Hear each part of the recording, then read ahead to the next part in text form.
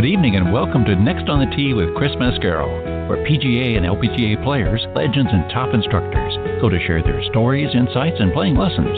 Join Chris every Tuesday night at 8 p.m. Eastern Time as he talks with the greats of the game.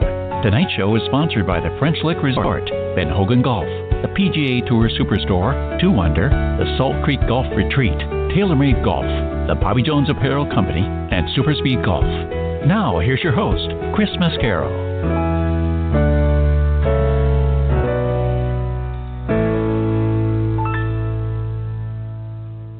Good evening, folks, and thank you so much for joining me again tonight here on Next on the Tee. Very excited about tonight's show. Been looking forward to it for a while because I've got 3 very special guests that I get to spend time with and I also get to share with you tonight.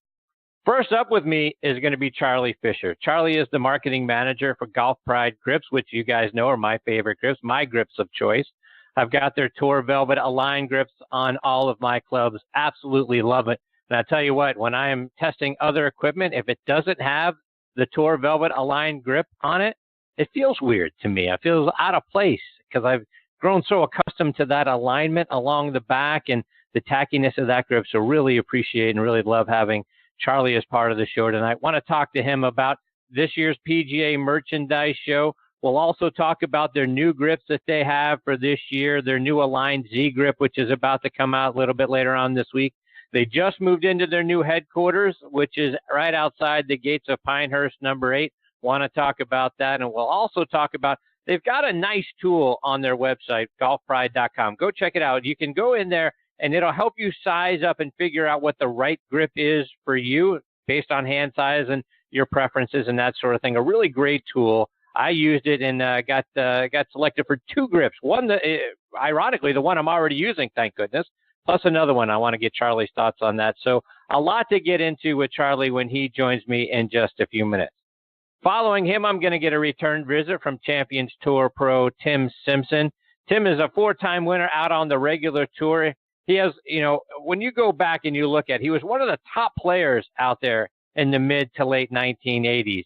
So I want to talk about that time in his playing career. He's now a great instructor, and after a myriad of surgeries and a long bout with Lyme disease, he looks like he's fought his way all the way back. He's been, the PGA Tour Comeback Player of the Year and the Champions Tour Comeback Player of the Year. Could he do it a 3rd time? Boy, that swing looks good. He's got a couple of videos out there on his Facebook page. So I want to talk about that with him as well. And get this, folks, when you go back to his 1989 season, he finished 6th on the money list that year. He won $761,000. For the year, that was 6th best on tour.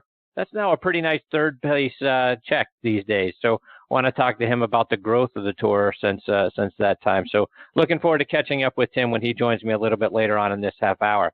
Then we're going to round out tonight's show with a return visit from Golf Tip Magazine's Top 25 instructor, Tom Patri. And Tom is going to be joining me twice a month this year, sharing his insights and his playing lessons. Tonight, we're going to talk about short game and putting.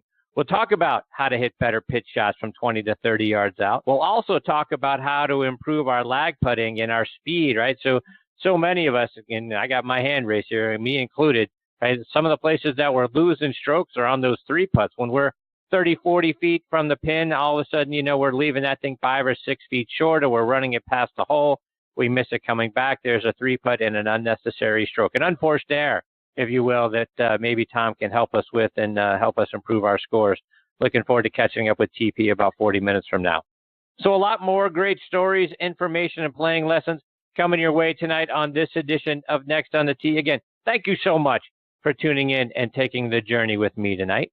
Before we get started, I want to remind everyone about my good friend Mitch Lawrence and his podcast called Talking Golf Getaways. He and his co-host Darren Bunch let you know great places to go play, stay, and even eat and drink while you're there. Again, their show is Talking Golf Getaways. It's moved over to a new site, Golf Trip X. So that's X for experts. So golftripx.com. Go there, check out their show, and learn more about some of the hidden gem courses that we have here around the country.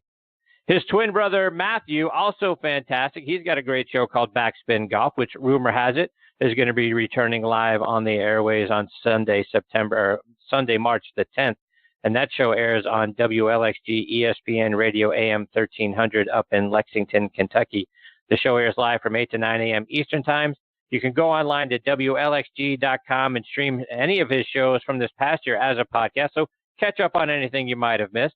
And then the show, like I say, is going to be live here in a couple of weeks on Sunday, March the 10th. You can listen to it live on WLXG.com or do what I did, which is. And folks, as you know, we are sponsored by the French Lick Resort. Let's hear from our friend Steve Rondinero about what they've got going on this winter. Play the courses champions play at French Lick Resort. Laura Davies won the 2018 Senior LPGA title on our Pete Dye course. Colin Montgomery won the Senior PGA title here in 2015. For an experience drenched in history, play our Donald Ross course, where Walter Hagen won the 1924 PGA Championship. It's never too early to plan that next buddy trip to play legendary golf at French Lick Resort, the Midwest's premier golf destination.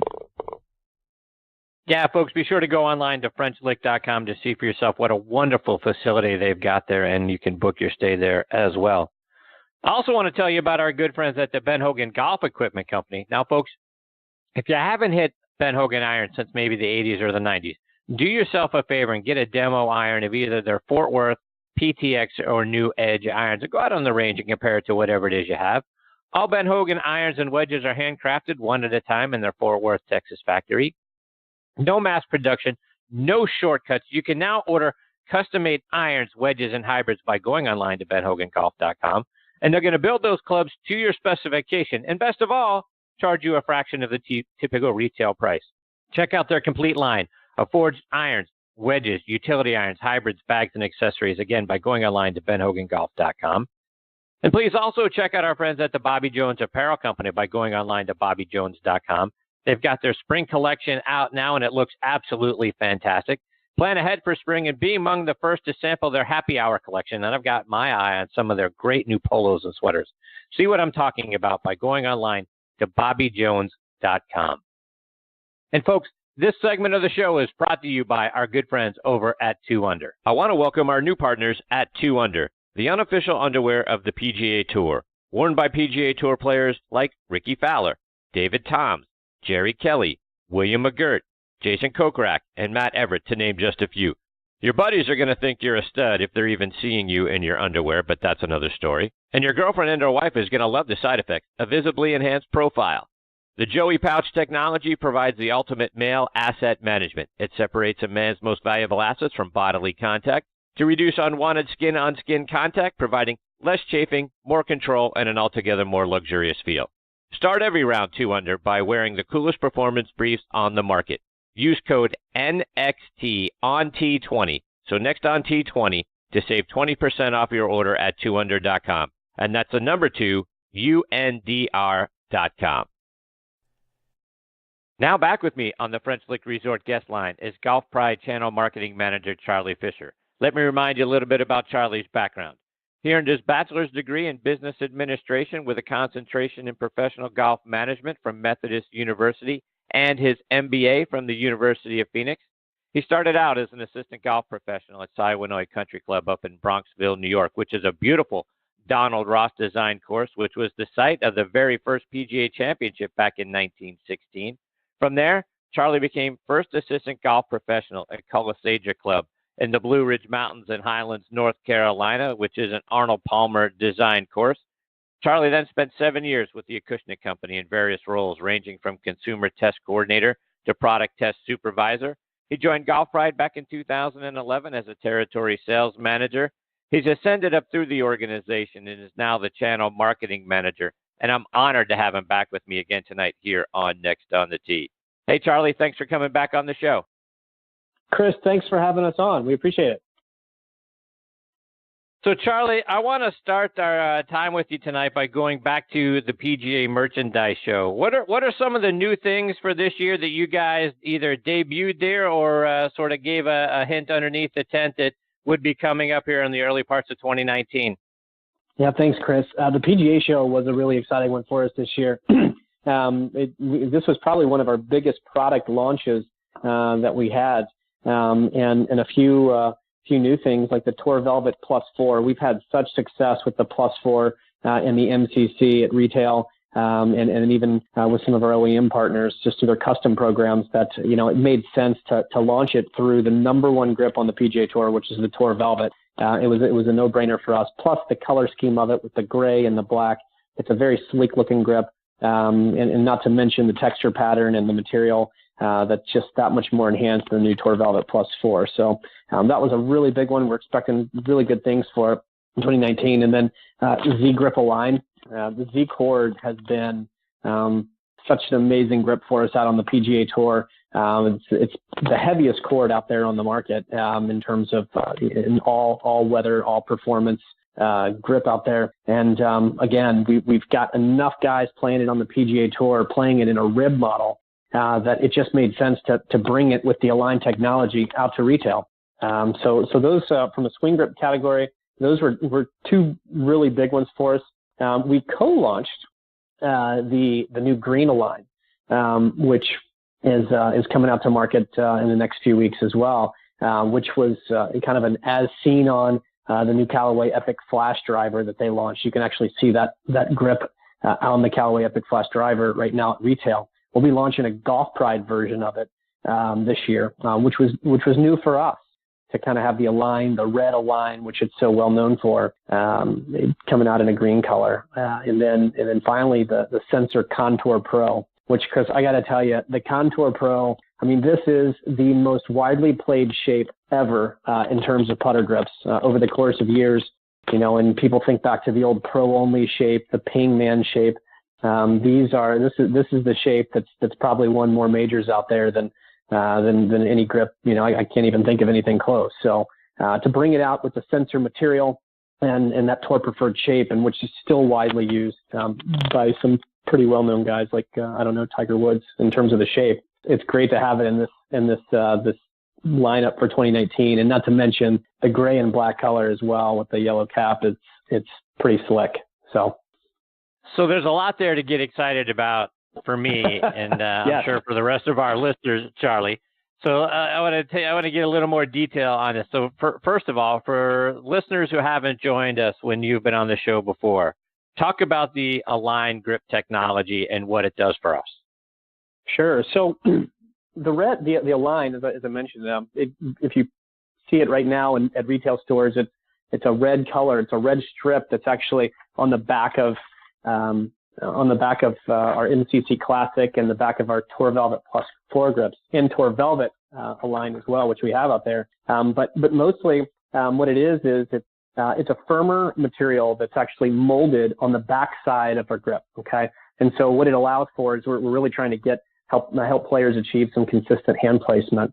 And it's crazy and we've talked about this before, Chris, but over a third of the PGA Tour players are still playing a rib grip. And the thing is nobody really knows it because you can't see the internal rib, the mechanism inside that actually pokes out when it's installed. And so at retail, it's really difficult for a consumer to understand. Like, I've got a rib, heck, they could grab a couple out of a basket and grab a few rib grips from this basket and, a couple others mixed in with round grips. And it's very inconsistent. But for us, we felt like we got to bring this technology to the forefront. And not only do we have to bring it to the forefront, we have to make it better. So when we launched the Align, what we did was when we molded this on the backside of it, we still included the internal rib as well. But it really, once it's installed, it really activates this external rib. And these flex channels, which run along the side of the backside of the rib. And if you were to look at the grip, they're two white channels that run parallel to the red strip. It actually helps expose this external rib, and everything's within the rules of golf, the USGA limitations of a 40th of an inch. But it really helps accentuate that within the rules of golf. You can feel this rib more so than any other. So it's firmer. It's got texture pattern on it. And ultimately it just helps you grip the club the same way every single time. For me, I can actually feel the club face a lot better. I feel like I can tell when it's open and when it's closed, and it helps me to actually feel that throughout the swing. So I'll tell you, it's really been successful, and it's catching on more and more. I think we've had now, I don't want to understate it, but I feel like I know we just had a win a couple of weeks ago out at the Waste Management with the Tour Velvet rib on probably 12 or 13 of the clubs. So for me now, when you talk about the Tour Velvet Plus 4, now all of a sudden I'm thinking I got the best of both worlds. And what I mean by that is when I went through the fitting tool that you have online at golfpride.com, it suggested two grips, the Tour Velvet Align, which you know is my favorite one, and I've got it on my clubs right now. But it also said, another option would be the MCC Plus 4, because I love the idea of the Plus 4. So first of all, let our listeners know what Plus 4 means. And now tell me how excited I should be, because I can now get it in the Tour Velvet Align as well. That's right. Plus 4 is basically, we kind of came up with that name from more or less tour truck talk of it's built up with 4 extra layers of tape under the right hand. So when we came out with, just kind of more or less, and to go back to all of Golf Pride's grips were tour inspired. I mean, nothing we're coming out with, it's not tour tested. Our motivations come for more or less creating products for the best players in the world. But they're giving us feedback too, Chris. So when we're on the trucks and, we've got a dedicated tour rep on all the major tours, more or less they're giving us the feedback and saying, hey, this is what's happening. These are the tape profiles that the best players in the world are using for our products. They're building it up 2 wraps under the right hand. They're building it up 3 wraps under the right hand, 4 wraps. And actually, funny enough, the most common profile was probably pretty close to 4 wraps under the right hand. So with that said, hey, why don't we, 1, let's understand why the best players are doing this. And then 2, why don't we make it, once we understood why don't we bring this to the consumer and just build a grip to where they don't even have to ask for Plus 4 under the right hand. Make it a little easier on the club builder. Let's just create a grip that's already built up. And when you think about how many other sports, whether it's hockey, whether it's baseball, even tennis for that matter, you have a grip, a profile, but at least the piece that you're holding on to that's parallel. It's similar from top to bottom. There isn't a whole lot of taper, and it makes sense. It makes sense. And more or less when you think of bat speed or tennis racket speed or even hockey speed, just when you're flinging the hockey stick, just it's in the right hand and the left hand, there's an equal amount of tension, but also it helps reduce tension. It's easier to hold on to, and it's not something where you're gripping tighter in one hand versus the other. It really helps to kind of equal out that tension level between and really help you maximize speed. For the Tour Velvet Plus 4, we took the same texture pattern that we had in the Tour Velvet Align, which we launched last year. We took the same material, which is roughly about 8% softer than the original Tour Velvet. It doesn't really feel that way because of the extra texture pattern. So it's got the grip, it's got the feel, and I say the grip, I mean that in the way that it holds you back too. It grips you back. So it's pretty special in this Tour Velvet Plus 4. And again, taking into account that it is the most played grip on the PGA Tour. The Tour Velvet is. We're expecting this thing to be adopted pretty quickly out there. Yeah, no, I'm very excited. And that may be, where I go as I regrip my clubs for this season. But I'm interested when you guys got feedback with why the Plus 4, right? When the tour players were saying to you guys that they like it to be a little thicker for the low hand. What was the why behind it? More or less, it just reduces tension. They just felt like they could just put their hands are more uniform on the club. And they're not like, again, you think of, and I always do this when people ask me, like, what size grip do I need? I'll have them grip a pencil and I'll say, hold on to it. Don't let me pull it out of your hand. And then I'll hand them the end of a golf club and I'll say, don't let me pull it out of your hand. And it's one of those things where when you're holding on to the pencil, you're having to grip it tighter to keep that, to hold on to it, right? I mean, it's just, you're having to grip a little bit tighter to hold on to that pencil, not let me pull it out. But when I put the golf club in your hand, it's a lot easier. You don't have to grip it as tight. More or less, it's just reduced tension. So why not have that same amount of grip pressure in both hands versus the top hand versus, in the right hand? And it just reduced tension. It just makes sense. We see it just in the amount of speed that's able to be created. And again, when you look at 90% of tour players, Chris, have some sort of a buildup, some sort of increased tape profile. And I'm not talking that it's not all the same, but we're talking about in some way, shape, or form. So that could be in the form of putting a 58 round grip, which is a slightly smaller grip diameter than most iron shafts, which is usually about 600. When you do that, that actually gives the feel, or it actually helps expand the grip and gives the simulation of, an extra couple of wraps there. So again, looking at how can we take that into consideration and create something that is built into the grip. And that's what we did. And Charlie, one of the things that we've talked about the other times you've joined me on the show, but I think it bears repeating, is when we go to buy new golf clubs, we always hear about now how important it is to get fit for those golf clubs, right? Whether it's your shaft, the different types of shafts and the kick points and all of those things, and even just down to the simple stuff, whether it's a regular shaft, a stiff shaft, an extra stiff shaft. But what we don't hear enough about is making sure that we have the right grip on there. You go buy, golf clubs off the rack, and maybe we get them fit for ourselves, which is the right thing to do because none of us is good enough not to get fit for our club. But we don't hear enough about making sure you have the right grip on the end of those shafts. Talk about how and why it's so important to make sure, because you have so many varieties of grips, and finding the right one for your hand. Chris, I mean, you hit the nail on the head there in terms of this is something that we've really worked well with some of our OEM partners on, and that's more or less making the grip an integral part of the process. Their technology is in designing the head. They source out the shafts from a vendor, and then obviously the grip. And most of the grips that these OEMs are using come from Golf Pride. At the demo day or even in-store custom fitting experience, I mean, the grip has become more and more and more a part of the conversation. And, and I'll throw a plug up for one of your sponsors at PGA Tour Superstore. They've really embraced at the retail perspective, and so have many of the other boutique club fitters as well, and other retail partners as well. But they're probably leading the pack in their fitting van experience of actually having a Golf Pride performance fitting display actually held in there. They recognize that, hey, look, the stock grip isn't just for everybody. Let's get the right size. Let's get the right technology. So, you have different things from +4 to Align to Tour Wrap, CP2, all the different families of grips. Let's make sure that you're playing with the right family of grips, that you've got the right size of grips. And we're going to do it right here. Understand that right in the fitting bay. And some of our other OEM partners are integrating that into their fitting experience at that same store. So, the retail partners are realizing like, hey, this is really important for the consumer. We're about trying to make this experience from top to bottom, not just fitting them for the head or grabbing something off the shelf.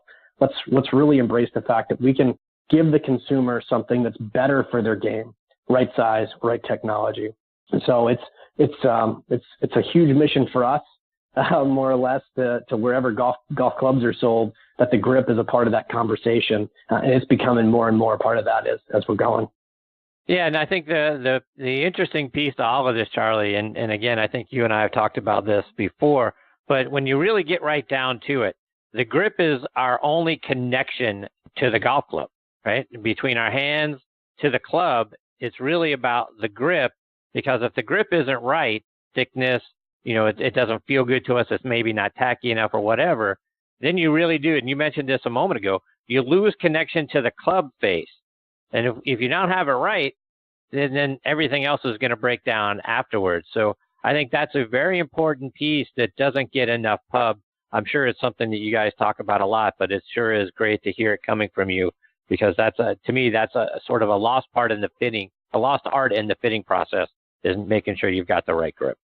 That's right. That's exactly right. And we touched on this with all the different technologies, and we've got guys playing in Florida and Arizona and all kinds of different conditions out there, hot and humid and cold and dry and all these different things. So we make grips, and then also with different hands where some people have a tendency to sweat more, and so we've really tried to address all of those characteristics, the playing conditions and a person's conditions, the personal conditions, I should say, and make a grip for them, for that we've got something best that best fits them, the conditions they play in, and then the size that they need. Charlie, just a couple more before we let you go. And you guys have just opened up a brand new facility out there outside of Pinehurst number 8. If I take a look at it online and we get the opportunity to actually come by and check it out, talk about all the great things that we'll find there. Well, I'll tell you, Chris, this has been a long time coming for Golf Pride. Once we closed our Laurinburg, North Carolina factory, where we made grips up until about 2008, 2009. We found a home in Southern Pines for about 10 years and really served us well. But as we continue to move forward, we found that we had roughly 3 different buildings that we were operating out of. We had an R&D facility where it was, a micro manufacturing environment, very micro, but just more or less bringing, prototypes and concepts to the forefront. And then we had a tour area where all of our tour grips are stored and shipped from. And then we had just the normal offices. And there was a lot of disconnect there. And so I can tell you, under really great leadership that we have at Golf Pride, they've recognized, hey, look, we need a lot more collaboration. We've been in this building now for about 4 weeks. I think this is the 4th or 5th week now. And Chris, it's unbelievable. I mean, just the amount of just the ease of use, the ease of being able to communicate with people from sales and from R&D and from product management. It really helps bring what I do to life. And it just there's the communication already is just better. It's funny, we've got a 9-hole putting course around the office, and it's actually fun. I mean, you wouldn't believe the amount of conversations that you can have just about work, putting around the office or even ping pong. It's something that it's and not to highlight that stuff, but it really does help. It really helps create that collaboration that we need to drive forward. And I can tell you that our president's goal is more or less to have a couple of ideas on Monday, develop it on Tuesday, test it on Wednesday, have a meeting on Thursday, and then we're making decisions by Friday. And so really to bring that rapid prototyping to life, I see that happening at this facility. So it's great. Not only that, but we've got, one of the best courses in the country at Pinehurst number 8. Literally the driving range is, probably a par 5 away from our front door. And to be able to get out on the range, have consumers come out and test the product. We're really looking to create a really cool experience for when people want to come and get fit, but more or less for consumers when they're buying our product, that they can know that it's really been validated, it's been vetted, and we're only bringing the best stuff to market for them. And Charlie, every time I go out on the Golf Pride Twitter page at Golf Pride Grips, players who are using your grips are the ones that are ending up in the winner's circle almost every time. In fact, a couple of weeks ago, I saw the player who won on every one of the tours was using a Golf Pride grip. Talk about how Golf Pride ranks, regarding tour wins versus your competition. If you want me to be specific, I think we had 86% of guys using our product on the PGA Tour last year. Across all major five worldwide tours. And so we claim played by 80%. Technically, it was about 86% last year. But I'll tell you, honestly, Chris, it comes down to the fact that we keep bringing innovation to the marketplace. We keep bringing the best players. When you hear guys I think of Fred Couples was playing the CP2 wrap, who he's played either a Victor grip or a Tour Velvet style grip, and now he's playing the CP2 wrap grip, which is full of technology. You can't necessarily see it, the control core up top, but I mean, guys, they're trying out different stuff. They're recognizing what Golf Pride is doing in terms of really trying to change the way that the club feels in their hand and the way that it performs in all the conditions that they're playing in. But not only that, but we've got a great tour team out there. Guys who really understand, they've got the experience, the relationships, and they're providing the feedback for us. And it takes, you can have really good people in the field, but if they don't have the critical thinking skills to be able to assess what a player is saying and then really provide detailed feedback to our team, the product development team to do it, that's really what it takes. So we're dedicated to more or less providing them the tools to play their best and have the confidence that they need. And that's why we say, grip confidence, grip Golf Pride, because it's more or less we want that player feeling as confident as they can be when they step out on the tee. The product that, they don't need to wipe it down 100 times for it to feel good in their hands. It's going to feel good when they pick it out of the bag. So, Charlie, before we let you go, remind our listeners how they can stay up to date with all the great things you guys are doing and follow you, whether it's online or it's on social media. Golf Pride is extremely active on Instagram and Twitter and Facebook. Those are our 3 main platforms that we really post on. And, we always have some sort of social promotion going on, I would say at least quarterly, especially during, the holiday season or Father's Day or getting ready for the first major of the year. We're really excited about all those things, all things golf, Golf Pride's posting. And, we're always excited to highlight the players that are successful using our stuff, but we're doing social promotions out there, always at Golf Pride on Twitter and Facebook and Instagram. So be on the lookout for those promotions, and we hope you get some really cool gear out there. Charlie, I can't thank you enough for taking time out of your night to come back and be a part of the show. I always enjoy getting to spend some time with you. I thank you for your time, and I hope you'll come back and join me again real soon, my friend. Chris, always, thanks for having Golf Pride on your show. We appreciate the support that you give us, and we look forward to coming back anytime you'll have us. Thank you, Charlie. All the best to you and your family, my friend. We'll catch up soon. Sounds great. Thanks. See you, Charlie. That's a great Charlie Fisher. And again, he is Golf Pride Channel Marketing Manager. They do such great things there at Golf Pride. I'm telling you, folks, the idea now that I can get the Tour Velvet with the Plus 4 and the Align technology, I can't wait. I got to get my clubs regripped, right? It's time. Season's getting underway. We're starting to get a little warmer weather here in Atlanta and around the country. And before you know it, it'll be time to get back out on the golf course. Got out there for the first time just last weekend with my son and really enjoyed that. But really looking forward to these Tour Velvet Plus 4s. And then, on the putter side, the Sensor Contour Pro, boy, that is absolutely outstanding as well. Looking forward to getting all of those on my clubs, hopefully here real soon, and getting Charlie back on the show. Always have such a good time when Charlie's here. All right, folks, I've got my next guest, Tim Simpson, hanging on the line. I want to remind you about a couple of our other sponsors.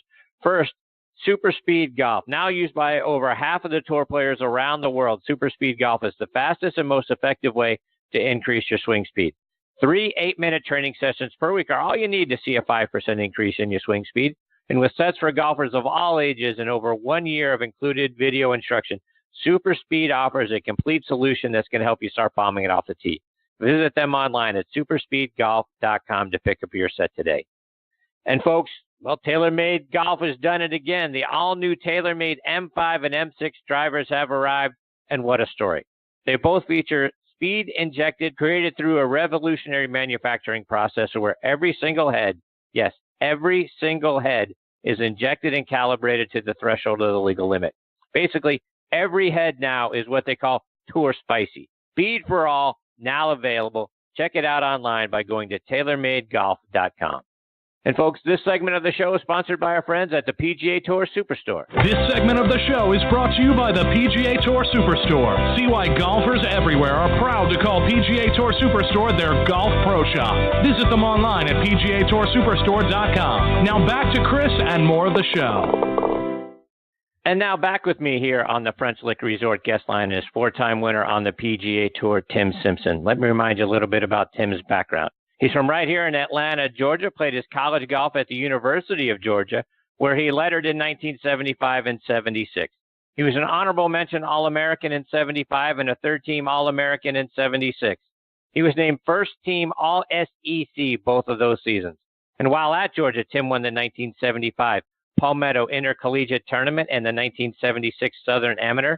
He finished 21st in the NCAA Championship in 1975 and 14th in 76. Turned pro in 77, and he won 4 times out on the PGA Tour at the 1985 Southern Open, the 1989 USF&G Classic, and in back-to-back years at the Walt Disney World Oldsmobile Open in 89 and 90. He's collected 5 other professional wins, including 5 Georgia Opens and the Cacheral World Championship over in France. He had 2 top 10 finishes in majors, both coming in 1990 at the U.S. Open and the PGA Championship. He was named Comeback Player of the Year in 1989. In 1990, he was named the Georgia Professional Athlete of the Year. 2004, he was inducted into the State of Georgia Sports Hall of Fame. And in 2006, he was inducted into the Georgia State Golf Association Hall of Fame and named Comeback Player of the Year out on the Champions Tour. And I'm very honored to have Tim back with me again tonight here on Next on the Tee. Hey, Tim, thanks for coming back on the show. Thank you for having me, Chris. How are you? I'm good, my friend. How have you been? Good. I got to listen to the last few minutes with the Golf Pride segment. It's very interesting. I'm interested in that Tour Velvet grip you were talking about trying out because I'm a Tour Velvet man, and I don't know what the new version is. Well, it sounds fantastic to me. So, yeah, I'm looking forward to giving it a shot. And when I do, Tim, I'll let you know. You got to get it on your clubs as well.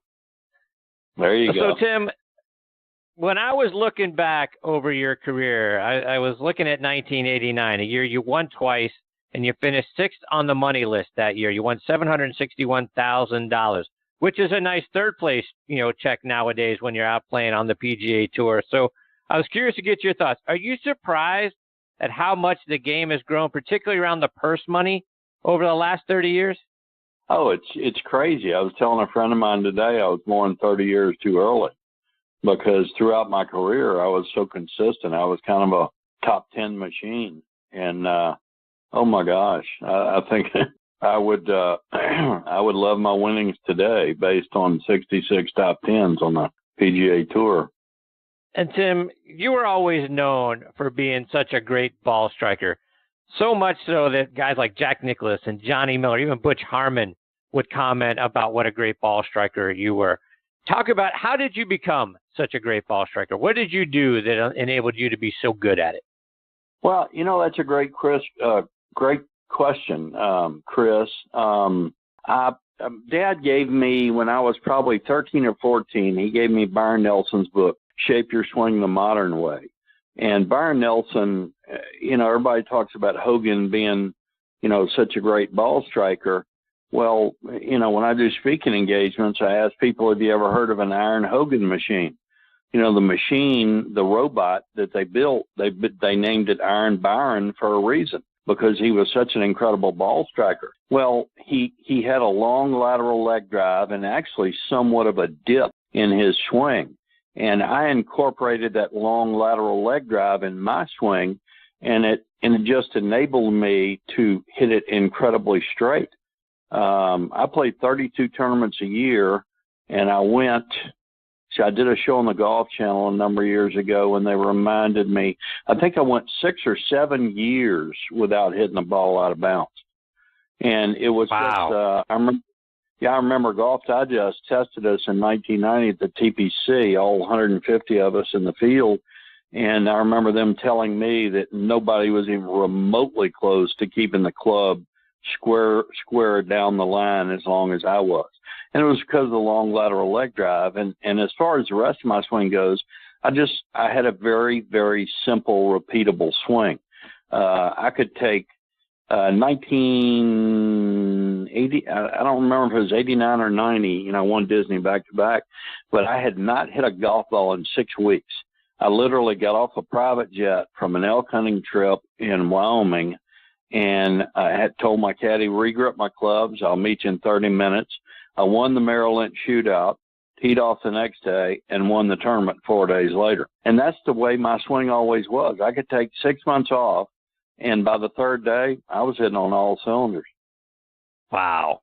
And, and to that end, as you talk about Byron Nelson, Tim, and I read that you spent some time learning from some of the all-time greats, not only Byron Nelson, but guys like Sam Snead and Gardner Dickinson, who I think was a very underrated player from over in Dothan, Alabama. But what did you glean? If you got part of that from Nelson, what did you get from Snead and Dickinson?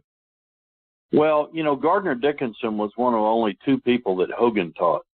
So I'm the only person in the world to have worked with him and Sam as well as Byron. And I learned, it's a great question you asked, I learned from each of them. Byron taught me a lot about the mental side of the game and little keys like the same thing he taught Tom Watson, how to slow your swing down under pressure. Starts with slowing everything down, from your footwork to your waggle to your grip pressure. Because when you're under the gun, we all know your grip pressure is going to get tighter, i.e. your swing is going to get faster and shorter, and then you're going to start, hitting it crooked. As far as Sam goes, I worked with Sam for probably 20 years because of my great friendship with JC. He had told Sam, you got to see this kid hit a golf ball. And he said they run him off the range. He practices 10 hours a day. And Sam and I just hit it off, and it really peeves me when I've heard teaching pros throughout the years say, wasn't it a shame he couldn't teach? Let me tell you what, he could teach. And everything with Sam was tempo, rhythm. And one year at the Masters, I was just hitting it bad. And it was Wednesday. And I walked through into the locker room, and the locker room attendant said, Mr. Simpson, Mr. Snead was asking for you. I said, where is he? He said, he's in there eating with Mr. Sarrazin. So I walked in, and Sam said, how you doing, son? I said, good, Sam. How are you? And, hey, Mr. Sarrazin. And Sam said, how you hitting it, son? I said, Sam, I'm hitting it bad. He said, in typical Sam Snead style, he said, go on out yonder to the range. I'll be out there in a few minutes. I went out there, and about 10 minutes later, Sam came out, and he asked the young man that was giving out the practice balls, he said, "Bring me a chair." And Sam sat the chair down about 2 feet from my balls, facing straight towards me. And he said, "Go ahead and start hitting." And I hit a couple of balls, and he said, "Son, there's nothing the matter with your swing. Your tempo's off." And he said, "Son, the golf swing is like a waltz. It's not rock and roll." And he sat there and literally sang to me for an hour and a half. He would say, "No, no, no, no, no, no." And although the Masters was the only major I never played well in, I did manage to make the cut and play some good golf in weeks ensuing after that. You know, so it was a lot of common sense stuff with Sam. But, I mean, to watch, you know, he was totally double jointed. He turned better in his 70s. I mean, in his 70s, he turned like Fred Couples in his 40s. You know, he was just unbelievable. And so I was just blessed to have known all these guys. One of the things that Gardner taught me that you'll never read or hear was Hogan taught him there were two separate and distinct golf swings. There was the full swing, and then there was the wedge swing.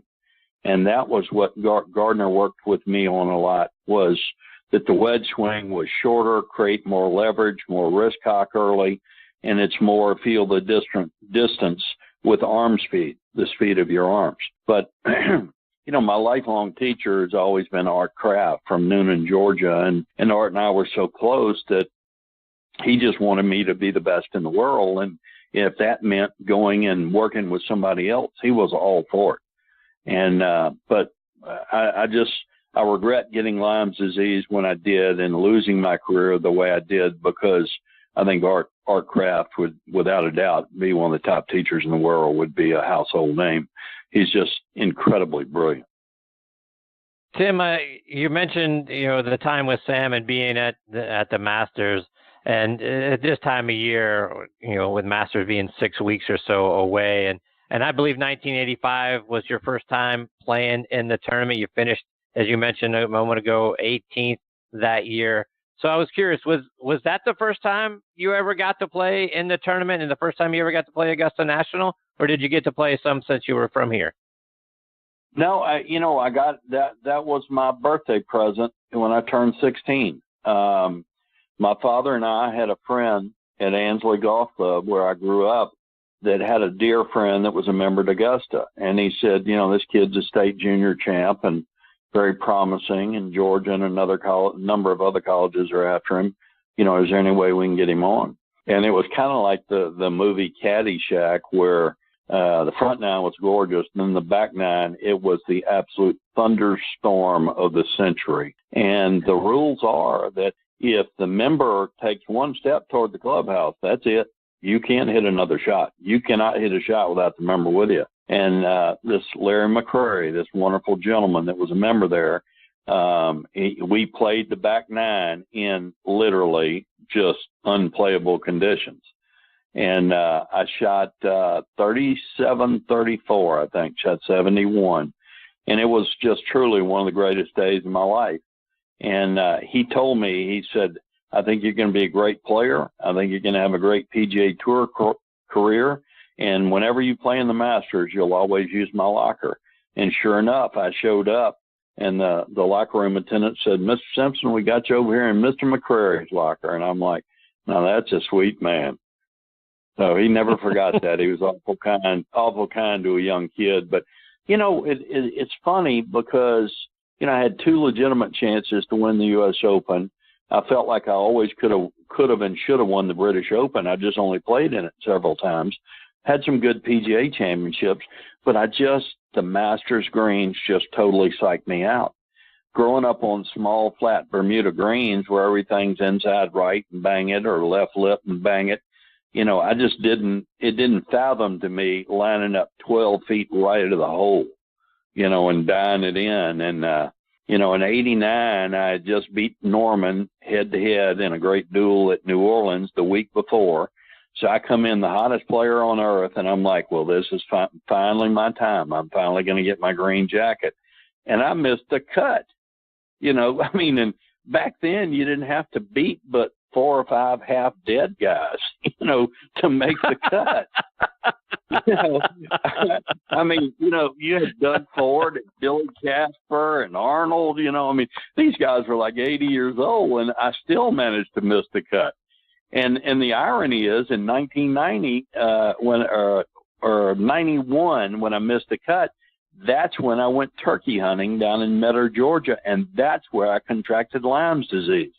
It was Saturday night of the Masters that I got bit by all the ticks that started my downhill slide. I just never had success at Augusta. I wish I could do it all over again, though. And Tim, I don't want to spend a lot of time on it because I'm sure they're not happy memories, but as you mentioned, getting Lyme's disease, you've been the comeback player of the year on the PGA Tour. You've been the comeback player of the year on the Champions Tour. And I got to tell you, I saw some video of you from not all that long ago, I think back in September, and the swing looks real good. So could we see you coming back yet again out on the Champions Tour, and have you put all the Lyme disease stuff behind you?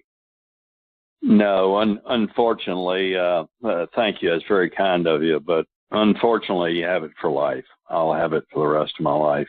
There is no cure for it. And, I had the 9-hour brain surgery in 2005 to stop the tremor in my left hand that was caused from the neurological damage from the Lyme disease, and was able to come back and have 5 successful seasons on the Champions Tour. And in pursuit of getting in better shape, I wound up, I'd overworked my hip flexors working out, and I had 4 career-ending injuries with one swing in Montreal, Canada, and that was the end of my second career. So I lost my career twice. But no, unfortunately, Chris, I haven't played in 2.5 years. I've had 3 back surgeries since my retirement, and everything was going great. And then all of a sudden, it just hit the fan.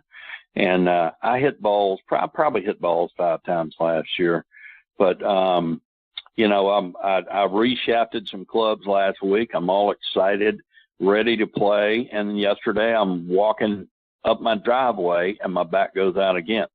There's the crazy thing about back issues, whether it's me, you, Fred Couples, Jack Nicklaus, whoever, is you can't sympathize with somebody that has back trouble unless you've had it. I mean, you can't understand taking a step and it's like being stabbed with a knife, and dropping to your knees, that kind of pain. But, I hope to play again, never competitively again. I'm done. I'm 62 and a half now. But I would love to play with you, with other friends down here at Lake Oconee, with my grandchildren, what have you. I still love the game. I've played the game for 50 plus years, and I miss it. I miss it. And, I've just taken my competitiveness and thrown it into my archery. I shoot competitive archery now. I've been shooting archery for over 30 years, but I shoot traditional archery. I shoot longbows and recurves, and it's a hoot. It's so much fun. I shot in a big tournament last weekend down in Foley, Alabama, and it's a lot of fun. So I've turned my passion from golf, trying to be the best, to trying to be the best in archery. It's a lot of fun. Tim, just a couple more before we let you go. And you're also doing some instruction, right? Because I've seen some great things written about you, about what a wonderful teacher of the game you are now. And mainly because you do what some of the things that you talked about earlier is you simplify the game, where so many, instruction now is technical and it's data driven and it's TrackMan and all of those things, but you've been able to simplify the game for so many. Talk about some of the instruction you do. Well, it's very kind of you. I think I have a unique ability to keep it simple. I think, you can be the smartest golf teacher in the world, Chris, but if you can't communicate with your pupil, then, you're useless. And I believe that I have a strong belief now with a better player. When I say a better player, 12 or so handicap or less, more of a top player, I believe that if you can feel it, you can change it. Because when we go on the golf course, what do we have? All we have is our feel. And there's too much data out there. It's great for getting fit with the right shaft and this and that. But for God's sakes, when I get on a track, man, even as simple as my swing is, it's like, that's TMI. That is way too much daggum information, and I think that if I can say, a lot of times, I've had students show up and, I watch them, and by the second swing, I've already got them pegged, what's going on. And I'm like, there's nothing the matter with your swing. You got your gun pointed down first base. You're trying to shoot second base, and that's one of the biggest common faults I see in young males, especially college-age students, is they love to line up right and come over the top of the ball. Well, why? Because they're de-lofting. They're turning a 7-iron into a 6-iron. So, they're flying at 200 in the air with a 7-iron, but one time it goes to first base, the next time it goes to between first and second, and then occasionally they get lucky and hit it at second base. So, I just keep it simple. I really do. Don't market myself at all. I'm too old to stand out there 10 hours a day in the summertime heat here in Georgia. Tim, before we let you go, let our listeners know. You say you don't market yourself, you don't advertise yourself. For those that want to get in touch with you and would be interested in whether it's working with you or just following you, how can they do that online or on social media?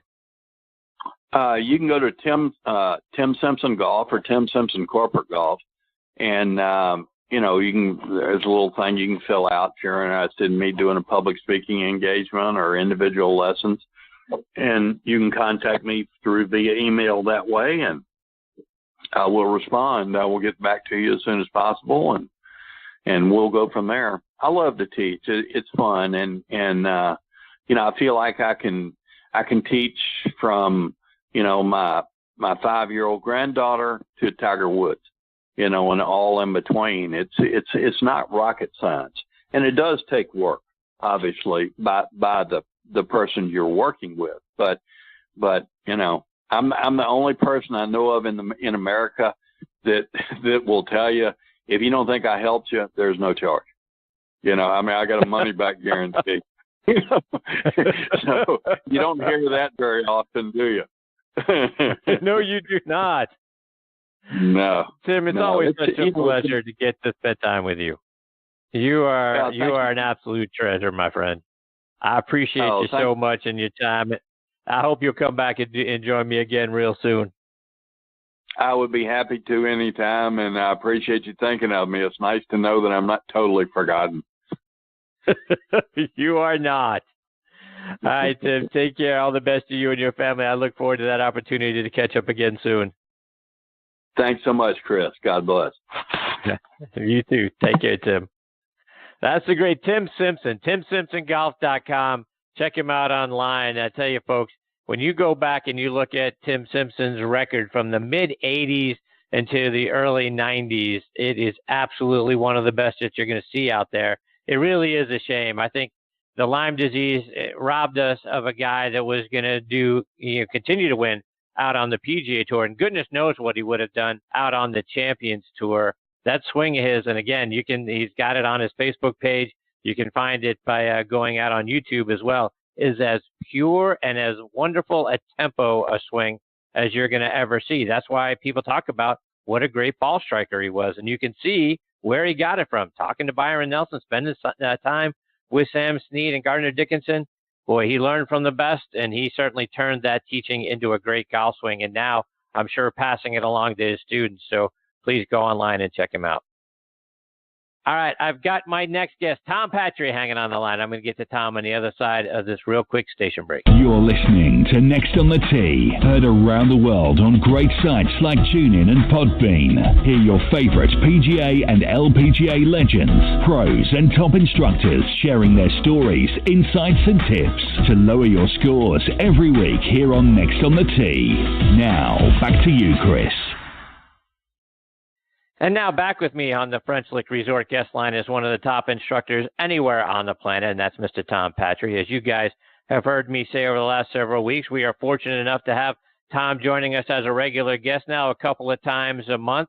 He was a Division II national champion and an All-American at Florida Southern. Golf Magazine has named him a top 100 teacher every year since 2000.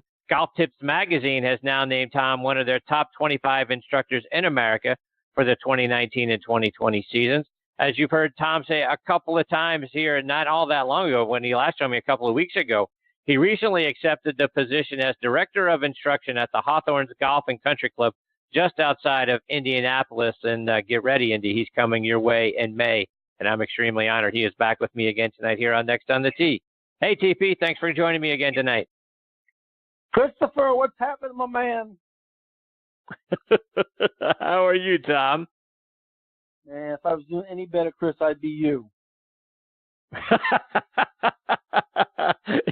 Indeed. So, Tom, like I teed up a moment ago, but I want you to say it again. For those of us who weren't with us last time and don't know, your new summer home is going to be at the Hawthorns Golf and Country Club up in Fishers, Indiana, just a little north of Indianapolis. Talk about your new home. Because I'm starting up there May 7th. I'm joining an old friend of mine, Mr. Tommy Moore, who's the director of golf and general manager there. I'm really excited about it. The club has now announced that I've announced on social media, and I've gotten an unbelievable response. I mean, it's incredible, in this day and age, how many people, and you certainly know this, how many people are on social media, how many people actually look at social media. And although I do a lot of social media, it's just incredible to me when you post something, the response you've gotten. And I've got a really warm response so far. I'm really psyched about it. I'm actually going up there April 17, 18, 19 to do a little presentation to the membership to say hello, and then start officially May 7th. So I'm pretty excited about it, and they seem to be excited about it too. So I can't wait to get my oars in the water. Tom, I want to go back. Speaking of social media, I saw that you posted recently about the instructors that you learned a lot from, and one of them was Ken Venturi. How did you get connected with Mr. Venturi, and what did he teach you? Ken Venturi, the connection with Ken Venturi, Chris, started because of my time at Westchester Country Club and the Buick Classic. Obviously, the Buick Classic was covered by CBS. Kenny sat in the 18th tower with Jim Nance for so many years, and we kind of connected, just started talking on the range one day during one of those early Buick Classics in my career. I spent 11 years there.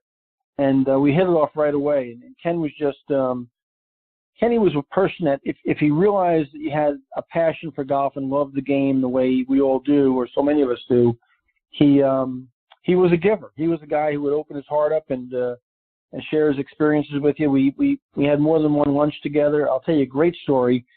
We all know the story about the match, the great book that was written about the match between Hogan, Byron Nelson, Harvey Ward, Ken Venturi at Cypress Point years ago. And, that was always a legendary story before it was even in print. And I had heard the story, unofficially from a lot of people. And I got to have lunch one day, and Kenny told me the entire story from start to finish in his own words. It was probably 2.5 hours of the greatest golf hours of my life. So he was extremely, extremely forthcoming and extremely open to talk and help, and we got to spend a couple of different really fun occasions together. He was just a wonderful, wonderful man. And Tom, when I think about the great things that you do now, and you're a great junior teacher, you've got a lot of young students, and you've got students through a variety of different ages, all the way up to obviously folks around your age and my age. Talk about your instruction, and does it vary with respect to the age group that you're talking to, or is it more around a player's ability? How do you assess what way you're going to teach somebody? Is it age, or is it ability, or is it a little both? I think it's a little bit of both. I think one of the things that I do fairly well is I really assess who I have in front of me. What they're trying to do, what they're trying to accomplish. If Mr. Smith comes to my tee and he just wants to hit the golf ball up in the air and hit it a little more solid and enjoy his golf club, and he's a 20 handicap and he'd like to be a 17, and that's kind of as much work as he's going to put into it, you can't expect him to do things like, go to the range 7 days a week, 8 hours a day, and pound balls. He's not going to do that. So I was very bad in the first third of my career at hoping, wishing, and not understanding when somebody just wanted to go to the club and hit the ball up in the air and have a little bit of fun. I thought everybody should work like a tour player and grind it out and go to the gym and stretch and work out and do all and work on their short game endlessly. And at age 60, I'm a little bit more cognizant, thank God, that it all depends on who I have in front of me and what their aspirations and goals are, not what mine are. So I think it's not only age, it's ability, and it's certainly beyond that. What does that student want to accomplish? What are they there for? Not what do I want to accomplish? What would they like to do? So the first lesson is an interview process, and I'm very, very explicit about the interview process and asking them what they're there for, what they want to get out of it. So I hope that answers your question. Absolutely. So, Tom, I want to get some short game tips from you, and you put a great video together for a standard pitch shot for when we're 20 to 30 yards short of the green, and you're looking at a relatively flat lie to a relatively level green, pin in the middle or the back. Walk us through how to decide which club to use and how we should set up to the ball and what our swing length should look like. Well, Chris, I think the first thing is I think people kind of do it backwards. I mean, so many students who initially come to me, walk up to, especially when we're giving a playing lesson, walk, to their golf ball from their golf cart or from their golf bag with one club in their hand, and they've already kind of preset their destiny. So one of the things that I want people to do is I want them to evaluate the shot first, the quality of their lie, how much room they have until the green begins, how much room they have on the green, the location of the pin, the firmness or softness of the green, the undulations in the green, et cetera, et cetera, et cetera.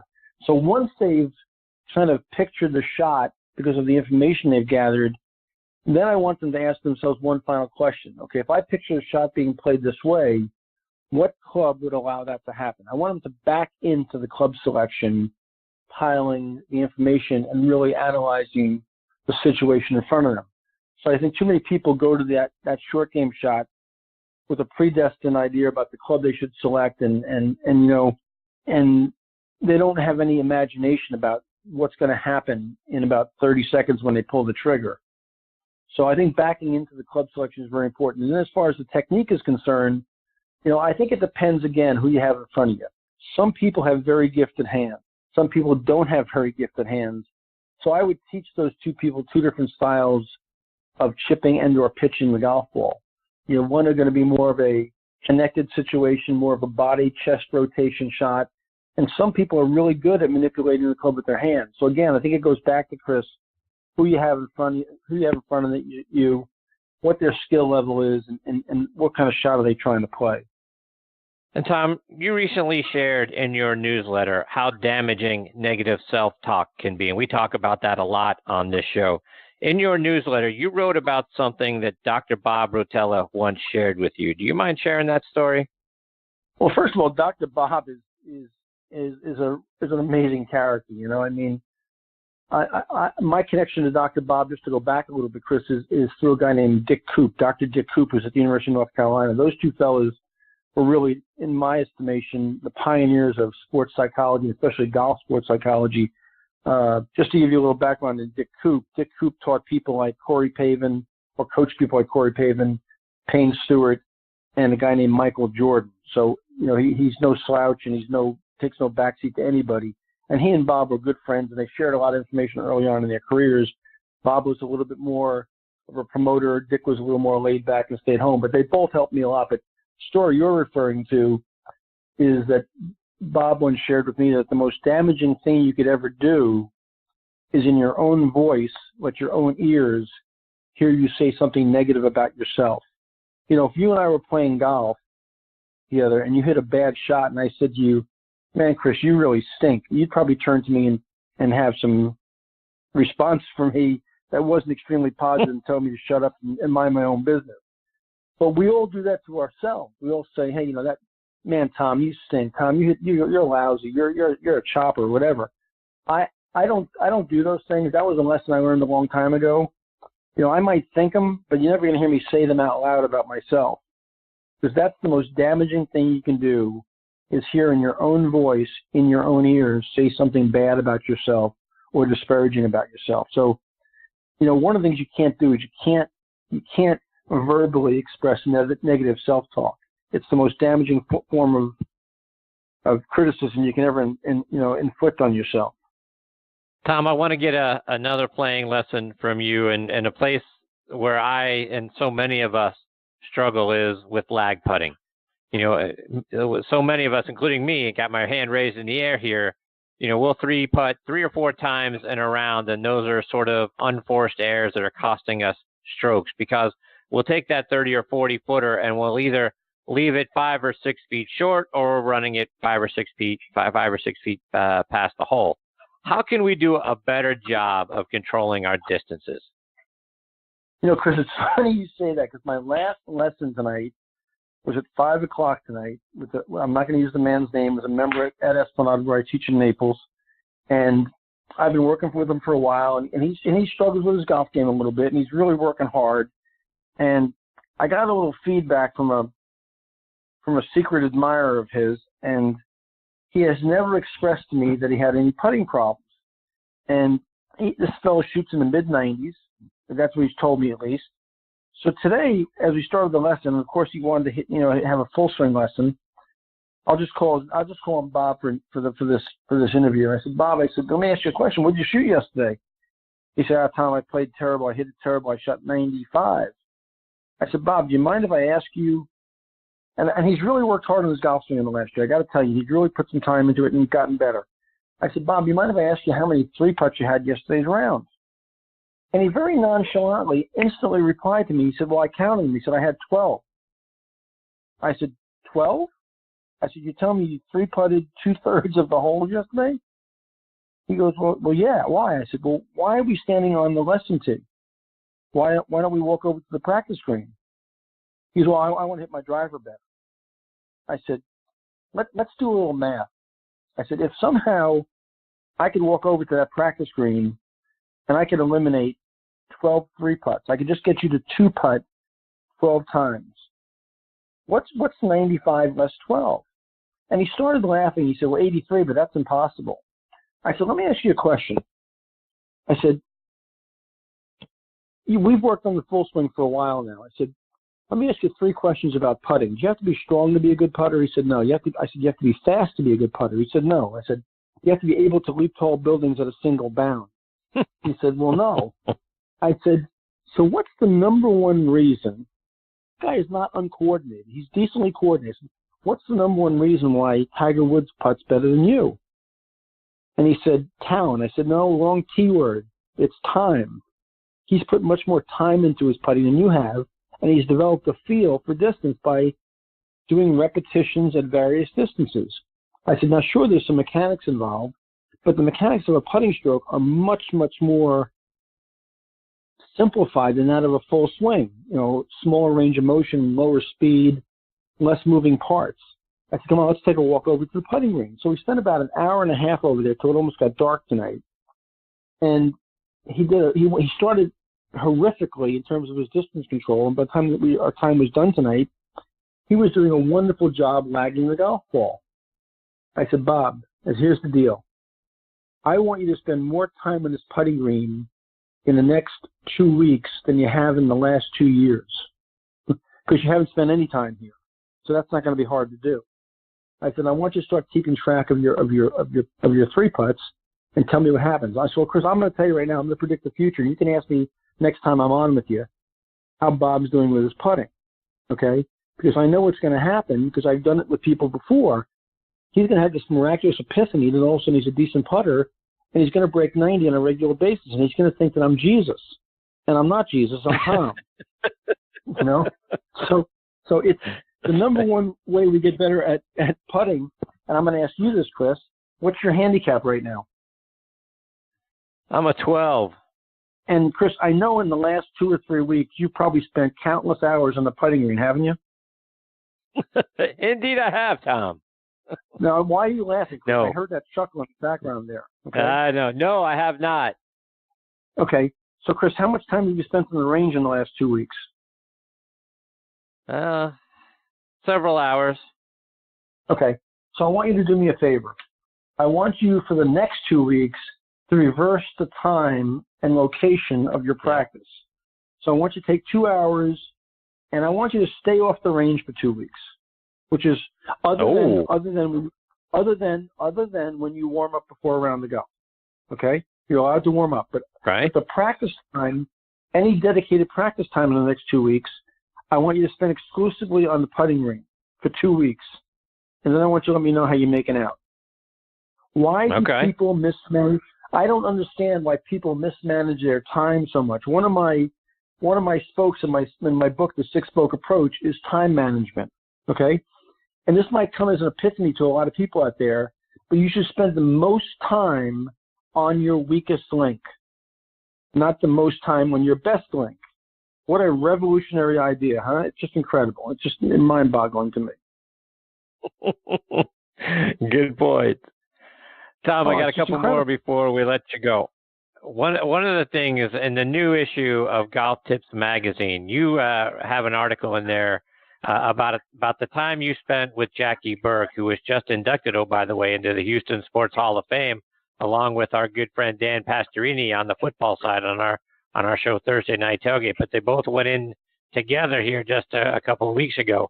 But talk about the conversation that you had with Jackie Burke and how we can be sure our club face is square to the target. Jackie talked to me a little bit about club face and how people do not realize that slight deviations in the club face make huge swing errors occur, and that most people make some of these errors before the club ever goes in motion. So one of the things I took away from that conversation with Jackie was one of the things I build into every pre-shot routine of every student I work with is I ask them to grip the club and then hold the club up at eye level with their arms fully extended in front of them. It's amazing to me how people don't detect a club face error on the ground, but when they put it up at eye level and extend their arms forward, they say things to me like, oh, that club's a little closed or that club's a little open. So those little tiny things that they can understand in their pre-shot by putting their hands on the club correctly, good sound grip, and then having that grip match a perfectly square club face because they checked it at eye level. And the reason it's so easy to check it at eye level and it's so much more accurate at eye level is that in case people out there didn't realize this, the good Lord built us as vertical binocular animals. So when we stand erect and look at something in front of us with both eyes level with the horizon, that's where we're most accurate. So we check it up there at eye level and then we set it down on the ground. And it's incredible how people who have hit shots offline suddenly, grossly, and accurately change their dispersion pattern to be much tighter. So Jackie was really big on understanding the club face and the relationship between the club face and your hands on the club. And why wouldn't you build something like that into your pre-shot routine? It's going to take you an extra 2 seconds. In the previous edition of Golf Tips magazine, Tom, you talked about the keys to a good stance. Walk us through how we know we've got our bodies in a good stance. Well, there's a couple of things that are really important to me about your stance: the width of your feet, the flare of your feet, and the alignment of your feet. So if you get too wide, you can't get off your right side. If you get too narrow, you're going to probably lose your balance. If your left foot isn't flared at all, depending on your flexibility level, your pelvic region will be retarded in its rotation to some degree. And then certainly, being centered in your feet and be attentive to, am I in balance before I play? Because if I'm not in balance before I play, I can't be in balance during my play. So I get people very attentive to the width of their feet, the flare of their feet based on their flexibility levels. And then certainly, one of the last things I ask you to detect before you take the club away is, do I feel like I'm really centered in my feet? Do I feel balanced in my setup? Because if you don't start in balance, you can't stay in balance. So I think attention and just awareness during the pre-shot routine is a big deal. And I think people kind of rush through that sometimes, and they don't really have a process that kind of allows them to check all the boxes. Tom, you've got an event coming up on March 27th from 1 to 4 p.m. Eastern Time with former Navy SEAL Dr. Joe Lacaze. Talk about what you guys have going on and how people can find out more information and get involved. Chris, I feel like you're stalking me. Are you stalking me? Who knows you better than I do, Tom? You know more about me than my wife does. I mean, I'm not kidding. It's unbelievable. Well, first of all, Dr. Joe Lacaze is a guy that I've become familiar with over the last couple of years. through retired director of golf, John Kennedy at Westchester Country Club, and one of my friends in teaching, Mr. Barry Triano. But Joe is a former Navy SEAL, an incredible life story, actually, really incredible. And his brother was a Navy SEAL as well, which is really incredible. And you know how you and I both have a passion for the military and what they do for this country and how much they've given. Well, Joe's given more than his share, to put it mildly. But Joe has, after his Navy SEAL career, done an incredible job educating himself in sports physiology. He's a chiropractor. He's got several different degrees that relate to the human body. But he's come up with a product called Rotex, and anybody can check it out, Rotex Golf or Rotex, R-O-T-E-X, both on Facebook and on various social media platforms. But it's basically a protocol, and it's a couple pieces of equipment that really allow you in a very brief period of time to create some releases in different key areas of your body. And when applied to golf, some of the benefits are just amazing. Tons of lower body applications, several upper body applications. The 7 areas that I talk a lot about in my teaching are your hamstrings, your hip flexors, your quads, and your glutes in your lower body, and then your pectoral area, your rotacuff, and your scapular in your upper body. And Joe's Rotex machines, and they're very simple machines and very inexpensive machines, address all my 7 areas every single time you touch them. So Joe's coming out the 27th. We're going to do a seminar from 1 to 4. We're going to be able to accommodate 16 people. I think we've got, I think as I looked at today's schedule, we've got 6 already signed up. So we've got 10 more spots available. It's $125 for 3 hours with this guy who's an absolute expert on the human body and performance. It's probably the best $125 anybody will ever spend. And I'm excited to spend some time with him myself because he's already helped me a lot. And I'm looking for some more help all the time. When you're short, old, and fat and 60, you need all the help you can get. Tom, remind our listeners again how they can stay up to date with all the great things you're doing and follow you, whether it's online or it's on social media. Chris, the easiest way is through my website, which is just simply tompatri, Patri.com, and then, LinkedIn, Facebook, Instagram, the Twitter, certainly. I'm always chasing you around Twitter. You always beat me to the punch on Twitter, but I'm still chasing you with all my heart, pal. I'm not going to let you get away. But I love hearing from people. I'm looking forward to making a ton of new friends in Indiana this summer. I'm excited about that. But more importantly than them finding me, they need to find you more often. And whoever's out there listening to this podcast, if you've got a friend that's a golfer and is passionate and they don't know about Next on the Tee, please make them aware of it because it is the greatest podcast for golf in the world. I appreciate you, TP, very much, my friend. Thank you for your time. Always great having you as part of the show. That's one of the most exciting things for 2019 is I get to have you on a couple of times a month. I can't thank you for your time and everything you're doing for the show, Tom. You're the best. Chris, I enjoy being on with you, pal. It's always a lot of fun. It's great fun being with you, and I'm going to see you in a couple of days, I think, again. Is that right? Absolutely. Yes, we will. Yep. So, okay, pal. I'll talk to you soon. Thanks for having me on. You have a great night, and God bless America, pal. Thank you, TP. Take care, Tom. We'll catch up soon. Okay, pal. That is the great Tom Patri. TomPatri.com, P-A-T-R-I, TomPatri.com. Check out his site. He's got a lot of great videos on there, a lot of great instruction. Please check it out there, and then follow him on Instagram, Facebook, and on Twitter as well, because he continues to post really great stuff all the time. And now, like I've said to you guys before, Golf Tips Magazine. I subscribed when Tom became one of their top 25 instructors. We've got a lot of other good friends that are in that top 25 as well, thinking about Allison Kurt and Cindy Miller and Brady Riggs and Tom Stickney. So a lot of really good friends that have been on the show are also in their top 25, and Tom is right at the head of that list. So go subscribe and get a lot of a lot of great instruction from there as well. All right, folks, time for me to put a bow on this edition of Next on the Tee. My sincere thanks go out again to Charlie Fisher, Tim Simpson, and of course Tom Patri as well. Please give me your thoughts. Check out our page on Facebook, Next on the Tee with Chris Mascaro, and share your feedback right there. Plus, if you have a question for one of our previous guests or one of our future guests, please let me know. I'll be glad to get that question answered for you or asked right here on the show. You can see who some of our future guests are going to be by going online to our site, nextonthetee.net. Please also check out our sister show on the football side, Thursday Night Tailgate with me and my co-host, Bob Lazari, and our announcer, Joe LaGanusa. That show airs live every Thursday night from 8 to 10 p.m. Eastern Time. You can stream it live on Blog Talk Radio, and that show, like this one, also available as a free podcast over on Podbean, Spotify, iHeartRadio, Audio Boom. Our new friends at podcast.co, can't thank them enough for inviting us to be a part of their podcasting site. You can go online to podcast.co, and you can stream any of our archive episodes for free over on there as well.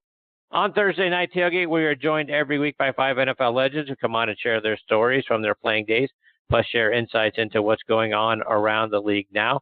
Plus, we highlight 2 players doing great things in their communities on our Spotlight on the Positive segment. You can find that show online at ThursdayNightTailgate.com. This show, again, nextonthetee.net.